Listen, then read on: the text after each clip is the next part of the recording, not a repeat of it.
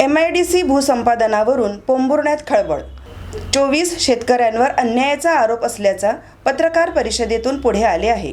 मौजा कोसबी रीठ तालुका पोंभुर्णा येथील MIDC भूसंपादन प्रक्रियेवरून परिसरात तणावपूर्ण वातावरण निर्माण झाले आहे।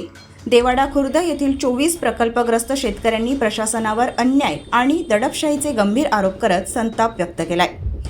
योग्य मोबदला मिळेपर्यंत जमिनीचा ताबा घेतला जाणार नाही असा निर्णय लोकप्रतिनिधी आणि जिल्हा प्रशासनासमोर ठरला असतानाही 7/12 उतार्यावर फेरफार करण्यात आल्याचा आरोप शेतकऱ्यांनी पत्रपरिषदेत केला आहे।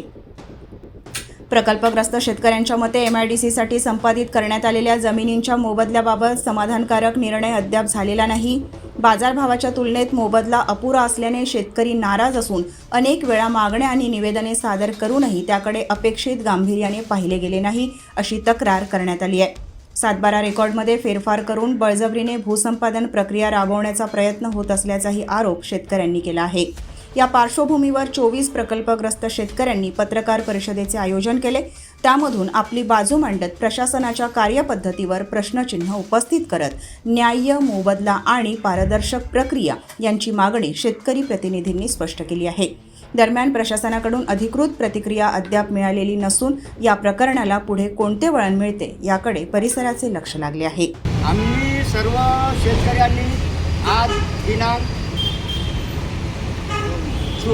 25/2/2026 रोजी पत्रकार परिषद घेतली असता याच्यामध्ये आमच्या पोंभुर्णा औद्योगिक विकास महामंडळाकरिता मौजा कोसंबी येथील शेतजमीन भूसंपादित करीत असून सदर शेतजमिनीचा आम्हाला प्रति हेक्टरी 80 लाख रुपये मोबदला मिळाला पाहिजे।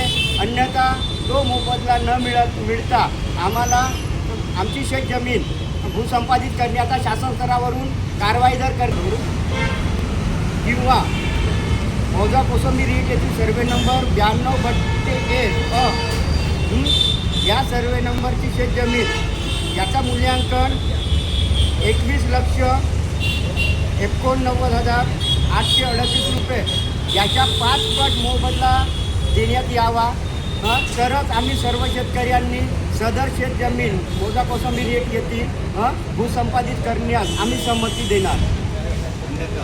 अन्यथा सदर शेतजमीन बळजबरीने शासन स्तरावरून बळजबरीने भूसंपादित केल्यास आम्ही सर्व शेतकरी सामूहिकरित्या आत्महत्या करणार एवढी ताकीद आम्ही सर्व शेतकरी आणि शासनाला देत आहोत।